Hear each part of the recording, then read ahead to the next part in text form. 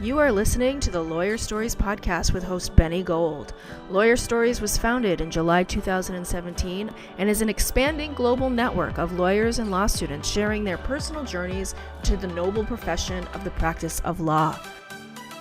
Join us on this podcast as we dig deeper into these stories and hear from lawyers and law students from around the world in all areas of the legal profession. Here at Lawyer Stories, we believe that every lawyer has a story. What's yours?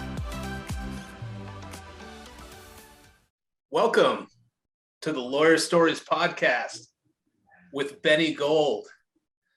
Today we welcome in Wilber Salgado, podcaster and owner of Salgado Law Office in Modesto, California. How are you, sir?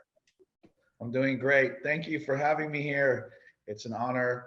I know I've been following your platform and your account for quite some time, and we've tried to set this up for quite some time, but for reasons we couldn't make it. But I'm glad that we're here today. Finally, for sure. Yeah. No, I appreciate it. I appreciate you coming on. Actually, you have been following, and I definitely appreciate your support. And one of the fun parts for me is having some of the people that I featured on the Lawyer Stories Instagram feed and Facebook, like on the podcast. And we featured you back March 11th, 2021. So that was last year. And you had this cool picture on a car, and like everybody should go read your story. It did really well in our feed, got a lot of engagement. And you started your story by telling us that we're just going to jump right into your story. So like you started your story by telling us that your family immigrated from El Salvador in the 80s. So can you do you remember any of that? Can you tell us a little bit about that? Oh yeah, I mean, now that I'm a citizen, I can talk about it. But yeah, I think I must have been like 8 years old, and my parents had come to the States illegally, obviously, but I had stayed behind along with my sibling, my brother, and my grandmother took care of us during that time while they were here working, making money, and earning enough money to pay for persons to cross us over. So how old were you back then? This is back in '88, so I must have been 7, 8 years old. Okay. And so once they earned enough money, they paid for, they call them coyotes or coyotes to transport you over. Wow. On foot. Yeah, so I remember that. I remember the walk. It was during the night. It must have been, yeah, it was I want to say it was about a day-long ordeal. I remember there were parts where we walked during the day and parts during the night. So it must have been at least 12, a good 14 hours, because there was walking across the border by foot during the day and at night. Was somebody called a coyote? Is that what you said? A coyote, yeah. Coyote is the slang term for the person who you pay to cross people over the border. Wow, must be a California, Texas, and Arizona slang, because they probably don't talk about coyotes in that's in unbelievable, man. So like kind of off of my notes here, like what's that like seeing all that stuff on TV now about like people trying? I mean, I can relate because I've been there. Right. If you're crossing over, I think, I don't want to. I said obviously Arizona, Texas. There's a river. And people, a lot of immigrants drown on that. As a matter of fact, if you remember, I think there was a terrible picture that, Trump made a comment on it. And I don't want to get political over it, but, there was a father and a daughter, I think, that were face down, drowned by the river. Wow. And so seeing all that, I can relate. We didn't cross the river because we didn't go through that part of the state, but we went through I think it must have been near LA, because I remember waking up one morning as a child and we were already in Los Angeles. Okay. After walking for hours. But so were you on somebody's back? Were you in like a cart? No, I was walking. I remember my mom made the cross. My mother made the cross along with us. It was a group of us. It wasn't just me and my brother. It was I want to say there must have been at least a good 4 families. And it included my mother, myself, my brother. And my mom did carry my brother because I think he's younger than I am. So he was smaller, and I remember he became tired. But I remember I walked. I was the oldest, or the older child, so I was walking. That's unbelievable. So where did you end up? Like where in the US did you end up, and like where were you raised? We ended up in LA for a good 6 months. We Okay. still stayed in LA while we got situated for a bit. My mother had family in the San Francisco area who had already been here for quite some time and was already situated and doing well. My father had family in the Los Angeles area. And for those who don't know, Los Angeles is Southern California, closer to the Mexican border. So we made it there first, obviously. We stayed there for 6 months, got situated. I believe my parents probably kept working, made more money. We weren't going to school during that time. We were just staying at home with my paternal grandmother at the time. And then we made the move to San Francisco for another San Francisco Bay Area. The Bay Area consists of various cities: Palo Alto, Sunnyvale, Redwood City. You could go into East Bay, South Bay. Well, I'm not going to go into that, but we stayed in the San Francisco Bay Area for another 2 years. And then then in the 90s, we ended up making the move to the Modesto area, which is known as colloquially as the Central Valley in California. Okay. Wow. So, and then how did you finally like sort of integrate into school? We integrated into school when we started school in the Bay Area. Okay. Los Angeles and the San Francisco area are, at the time and even now, I mean, it's a what do you call it? It's a melting pot or salad bowl, whatever you want to describe it as. But okay. there was a huge Latino population especially in San Francisco during that time. It's the Sunnyvale area, Palo Alto. So the schools that we went to had teachers and children who spoke Spanish. So it was really not that difficult. Everybody spoke Spanish already, and then you just learn Spanish as you went along. And as a child, you're resilient and you learn quickly. You'll adapt and overcome and learn another language. Well, let me just say, like, your story is super important, man. This is like, you got to write this down and like get this out, because I think it's so important, especially about like where we're about to go, like with your career. So like you're in school and all of a sudden you say you're at college, right? You're like, or you end up going to become a policeman, right? Like, tell me about that. Well, I was a park ranger for quite some time. Okay. My goal was to become a police officer. I did really well in the police academy. I did well in college, where I majored in administration of justice, which is kind of like the equivalent of criminal justice, and the degrees in other schools and colleges. And I did well in those programs. I really enjoyed it, but at the end of the day, I knew that I wanted to do something. I don't know if you want to call it like a belief, but I just knew I wanted to do more than that. I didn't want to just be a police officer. So you went to police academy, but you didn't technically end up like going through with police officer. Like you continued with your schooling. Yes, I did. I kind of had an interesting path, because I became a park ranger for the Army Corps of Engineers. And so I was patrolling parks for a bit, just kind of protecting the natural resources. It was actually a river and a lake that I was assigned to. Oh, interesting. For about 4 or 5 years. During that time, I also did some weekend work, working for security as an armed security officer for various companies. And I ended up landing a job for 2 years, working as security. Well, maybe it was a year, as security for the Gallo Winery, which is a big wine. Yeah, I'm sure people have heard of it. The Gallos. They produce different types of alcoholic beverages, most popularly the wine. And I ended up becoming what you would call executive protection or bodyguard for one of the Gallo family members. And I did that for, I want to say, a year. And then I ended up becoming I remember I was working graveyard one time, and there was this article that came across from the Modesto Bee, which is the local newspaper, that advertised that Stan State, which is Stanislaus State University here, which is the local university here in this area. They were advertising, I think they started a paralegal program. Really? A certificate program. And I thought, well, that'd be interesting, so I started looking into it. I didn't want to go to that specific program because it took too long. And I ended up getting my bachelor's in paralegal studies, and ended up going to law school. It just one thing transitioned into another, and that's really how it all came about. That's amazing. So I don't want to go through it too quick, because I have 2 more questions. One, have you ever seen the hit classic motion picture Police Academy? from the 80s? Yeah, the Okay. the comedy, the farce. Yeah, I got it. Okay. All right. So that's a silly question, but my question that I like to ask guests on the show, like, what was the epiphany? Like, when did you know you were like, I'm going to law school? Oh, geez. I knew that, and I don't want to sound arrogant or like I'm too into myself, but I knew that I was created for something more when I was dominating the learning domains or the tests in the police academy. I mean, the exams, I was passing them. There was me, and then there was a second guy, and everybody else.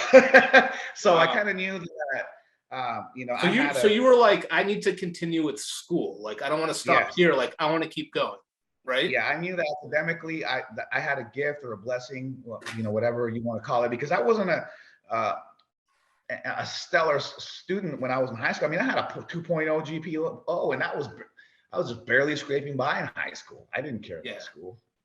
Yeah, all right. So you said, wow, like I'm kind of crushing it at like police academy. I'm like head of my class. Like, I don't want to stop here. I'm going to continue to go. So like you went to law school, you applied to law school, you got in. What was your law school experience like? Okay.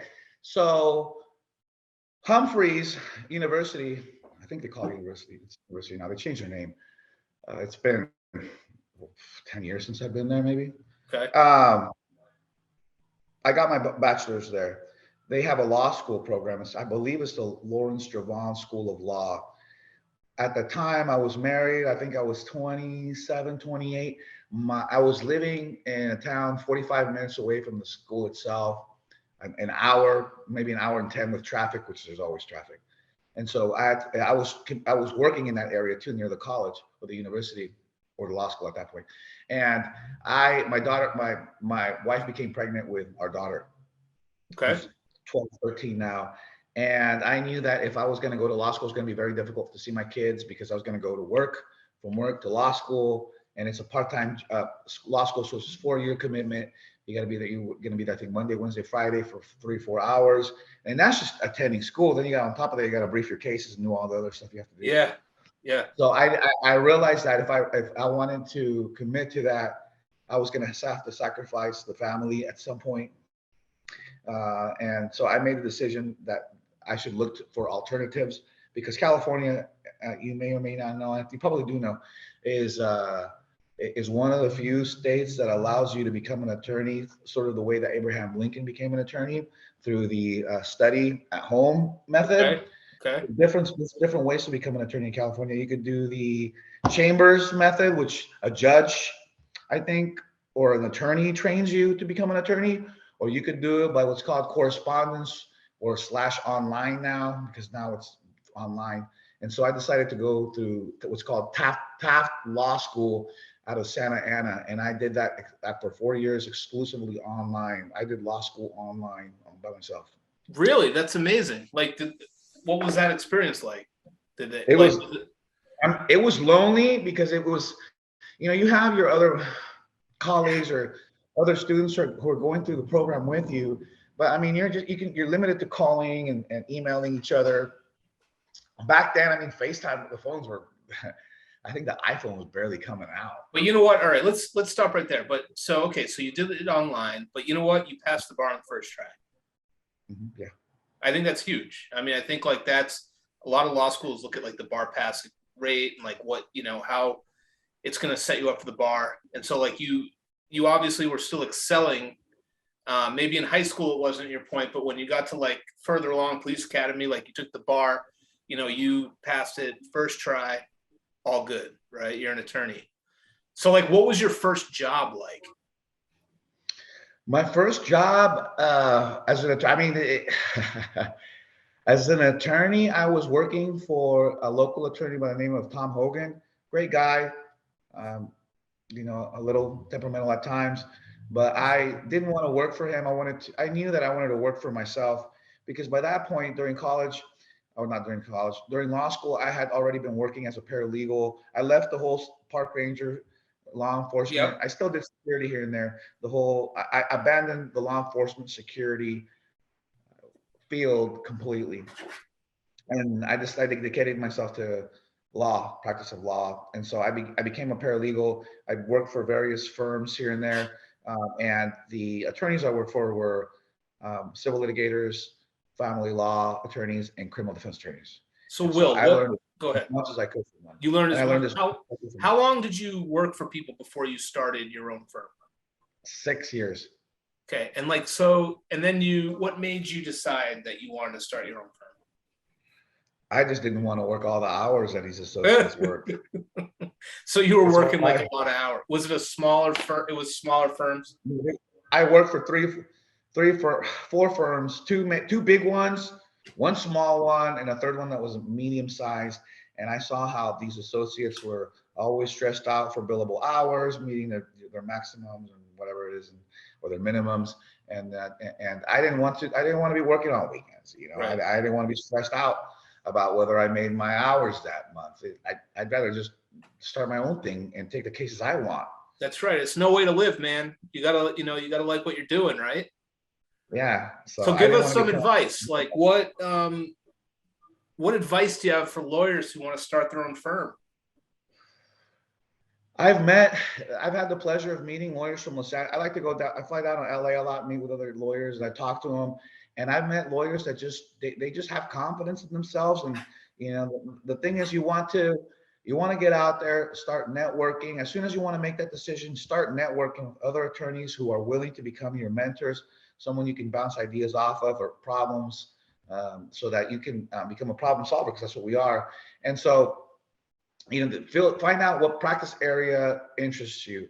Go out there, network, meet as much people as you can who are willing to be your mentors, who are willing to guide you, because you're going to need several. You can't just rely on one person. It's good that advice. person may pass away. You might have a fallout to get, whatever. They might backstab, because that doesn't happen. And you want to make sure that these people are helping you out. You're getting the most you can from these people to build yourself. And then that's just the resources you need to get going, but also understand your budget. What do you want? How much money do you need to, it's just like any other business. How much money do you need to survive each month? How many clients do you need to bring in? What type of cases do you want to take in? And then the other part, the most important part, I think, is half of it, and probably more than that, is your state of mind. Are you confident enough to take yourself and your business to the next level? Because if you're not if you don't have confidence in yourself, then all the resources in the world, all the books you may read, all the videos you may watch, the continuing law education, that's garbage. It doesn't mean anything to you. You got to want it. You got to have confidence to want it, and really take yourself and really your business to the next level using all these tools you have. So that's the advice I want to give you. It's entirely possible. And because I've seen it, I've talked to attorneys who have done it, who have opened their own practice, having no law office work experience other than going to law school, which, as we know, that doesn't get you ready. It prepares you for the state of mind you need to become an attorney, but definitely does not give you the business practices and the actual, what's the word I'm looking for? The procedural and document knowledge you need. Right. Does that make sense? Yeah, for sure. So did you have a mentor? And I did. I had several. Okay. So would you say that mentors are very important in the practice of law? Or are they? I think so. You can't do it by yourself. Yeah. No attorney can do things by themselves. And we know this because that's why that's why associates go to big firms, because they're afraid to go out on their own. For the most part, they don't have maybe the knowledge or the resources to go out on their own at that specific point in time. So they're going to go to a firm to learn from the partners, or hopefully the other, which at the end of the day, I don't know, most of these guys realize that's not the way it works. The partners aren't really going to sit there and hold your hand and teach you how to draft anything. Yeah. And neither are they're gonna say, do this. You're gonna pass it to them, and then they're gonna put red lines all over it right here. Yeah, they're gonna give you a memo. Go file a motion to compel production of documents. And it's just you got to go figure it out on your own. And so, I think having a mentor is definitely important. So, what obstacles would you say you face as a new attorney? Again, lack of mentorship would be one of them. Lack of mentorship would be one of them. I think that you're not having a plan of action. If you know you're going to start your own practice, I mean, don't be getting an expensive car. Don't be living above your means, because then Right. I can't remember what the name was. So I read it somewhere in the finance book. But what I did is, I knew I was going to struggle initially. When I did struggle just for a tad bit for a few months, luckily, because I speak Spanish, I was able to tap into the Spanish speaking community out here. And so things have gone really well for me. But you definitely don't want to live above your means to where you're stuck at a certain level of, you got to meet a certain level of income to where if you go out on your own, if you can't pick up 3 or 4 cases a month, which is really easy to do. If you're really out there at 3 or 4 cases, you should be able to pick that up. You should be picking that up in a week, really. If you're really out there and promoting yourself. And if you can't pick that up to bring in that necessary income to support your office expenses and your home expenses, then you're going to run into problems. And then that's when people freak out. They get fear. They allow fear to get the best of them, and you are stuck living the life you don't want to live. Or as opposed to me and other solo practitioners who've kind of nailed it down, and they have the luxury to be free. And for example, I mean, this weekend I'm going to Miami. I have for the trial lawyer summit in Miami, so Florida. That's awesome. That'll be nice. And tag us in some photos, man. Tag us in some photos. I'd love to see it. I will. I surely will. So that's awesome. fun. It's from Saturday to Wednesday, and I have the freedom. I can just take off if I want. It's nice, and especially you're gonna go to the beach, Salvador. Yeah. Obviously there's gonna be class work and stuff, but it's something nice that I could do. And not only that, but I love to travel. I can, especially now with COVID, it made things easier because a lot of the court hearings now are by video or by telephone. So I can appear remotely. That's one of the positive things that's come out of this situation. But I like, that's a good perspective on it, I think. So tell us about your firm. What are you doing at your firm? What are you focusing on? And tell us a little about that. Sure. So I've been practicing for 8 years now. I think that I'm sort of not OCD, but I wouldn't say I'm OCD, but I like to handle my own cases because I like the way that, I don't want to say I'm a control freak, but I do like to keep control of certain things. Yeah. And so I've been very hesitant and ambivalent about hiring new attorneys. And I finally decided, you know what? I'm getting older. I'm getting tired. My receding hairline's getting worse. It's time for me to move on. I need to get some help. So I put an ad out there. I'm looking for a new associate attorney. So if anybody's out there in the who's looking for work, please contact me. But I practice primarily in the areas of family law, which is your divorces, custody battles, child support, spouse support, division of property that belongs to the marital estate, blah blah blah. And then I do criminal defense work, jury trials on robberies, domestic violence, child abuse, things like that. So I do some bankruptcy here and there. Couple things. So if you're looking for somebody to join you, let me know tomorrow. Maybe we put something in our swipe ups there or in our stories on Lawyer Stories, like an advertisement or something. And also, if you ever see anybody on Lawyer Stories that you want to connect with, let me know, because that's what we love to do. I love to connect people with people, lawyers to lawyers, lawyers to law students, that sort of thing, and everybody in the profession. So, what's most enjoyable for you? Do you like going to court, being a litigator, doing paperwork, or do you like transactional type of work?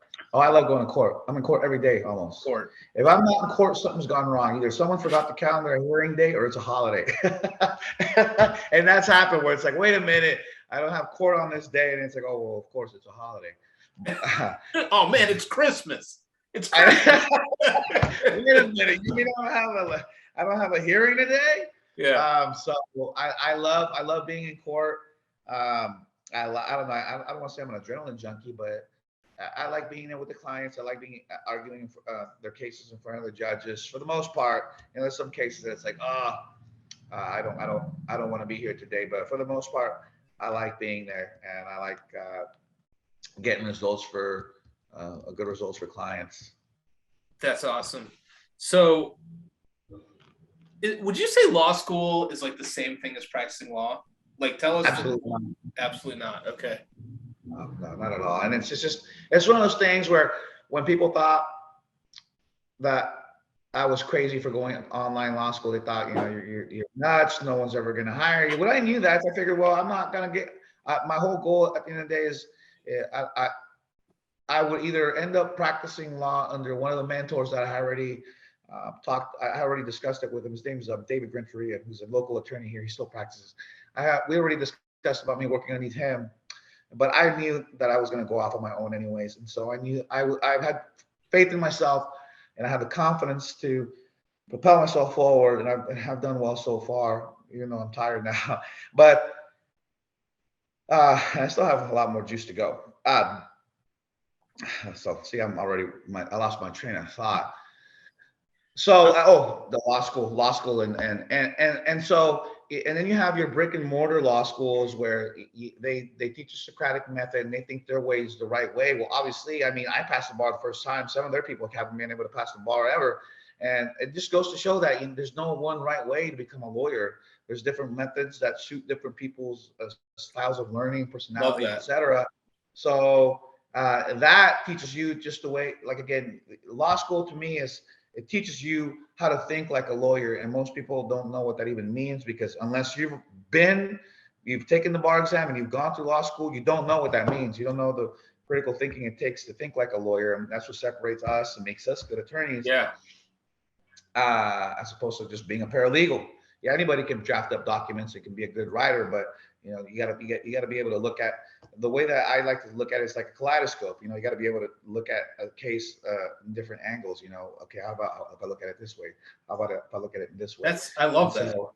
Yeah, and that's the way a lawyer is developed. By looking at a specific certain set of facts and twisting it around to however it suits best your story for the benefit of your client. Right. So that's the difference. That's what law school does.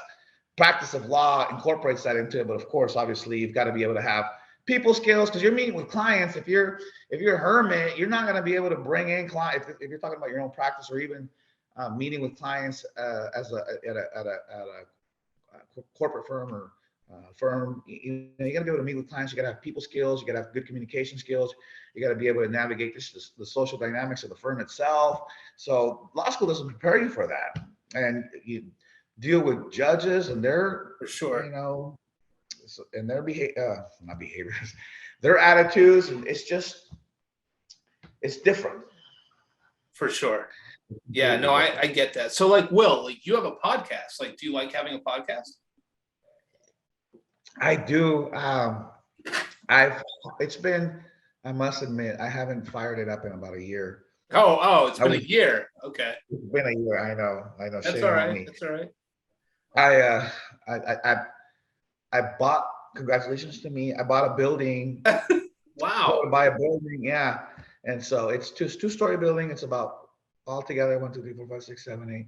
It's about 10 offices altogether in the building. I converted one of the floors, half of the upstairs floors in my office. It's got a conference room and everything here. There was some issues with the building and then the remodel of it. And so the podcast itself has its own room now. And I've just been able to set it up finally after months. All right. With contractors and stuff. So just like you, I finally got it set up, and now it's going to be ready to go soon. But I lost track of it with COVID coming around again, and staff issues, and because I have 4 paralegals, and I think one of them's a front desk, 3 paralegals, front desk lady. So being awesome. I know. So it takes a lot. It takes a lot out of me. So like, let me ask you, like, has social media helped you with your practice? It has. It's brought me a lot of business. Really? And I'm not shy on social media. I'm sure you see my stories and the videos I put. I like to do funny things on there a little while. Yeah, you've had some awesome videos too. Like, you've done some cool stuff. I do. Cool stuff. Yeah, I like to do videos. Thank you. I do. I go lives occasionally and then answer questions. Yeah. I like to post some informative stuff, talk about my private life in there. So it attracts attention, and it brings me clients. Will, tell us where you see us see yourself in 10 years. My goal again is to hire associates underneath me and then build my practice into a firm. The same thing I wanted to escape is what I want to create. So that's what I'd like to do. I'd like to finally create a firm where we have partners and associates, and then I became official. And I'd love to become, statewide, or even think bigger, nationwide. Maybe have offices in different cities, different states, Texas, New York City, Florida. I mean, I'd love that. I'm 40 years old now, so I mean, it's possible if I was to. Plenty of time, man. Plenty of time. You're still a child at 40. I know. I'm still a child. That's exactly right. So you're still a kid. I just got to get the right team together and just build from that. That's right. So have we left anything out today? Like, we talked for a little while. Like, is there anything else you want to share? Any advice for the Lawyer Stories community? Yeah, I mean, just believe in yourself. That's the biggest thing I could say. I've been doing this for 8 years now. I like that. As an attorney, you're your biggest critic, you're your biggest obstacle. And I remember going into court the first time and being just terrified. It was a child custody and visitation hearing. And, you make bogus mistakes. Don't be afraid to make mistakes. We all do. We all make bad arguments. It's not going to be the end of the world. Unless you're obviously you shouldn't be taking a capital murder case as a first year attorney. You can't even do that in California. We have to have a certain criteria. But, start believing in yourself. Take some cases that you feel confident, and then slowly start growing and taking cases that are a little more complicated. And with that, you'll build more confidence. But the biggest thing is, don't be afraid of failure. And that's just with anything. You're going to fail. And I think that's probably what holds a lot of attorneys back. It's just the nature of the beast. I've been chewed out by judges. I've been sanctioned before for certain issues. And, it's just life. It's just the business. Great. It's great advice, man. You have an amazing story. I really think you got to write about your humble beginnings and, coming over here and becoming, it's like the American dream, bro. Like, it's incredible. It really is. I'll have to do a bio. So. Well, you know what? Send me over an updated lawyer story so we can post it again. Okay. Okay. I'd love to. Yeah, for sure. So, we really appreciate you being on today, and keep up the amazing work. You really, you're an inspiration for a lot of people. You're going to be an inspiration for a lot of people. So, we got to get your story out there as much as we can. All right. Thank you. I appreciate it. Well, we'll be in touch. I'm sure this isn't the end. No, for sure. Stay right there. Everybody in the Lawyer Stories community, thanks for tuning in wherever you are in the world today. Enjoy yourselves.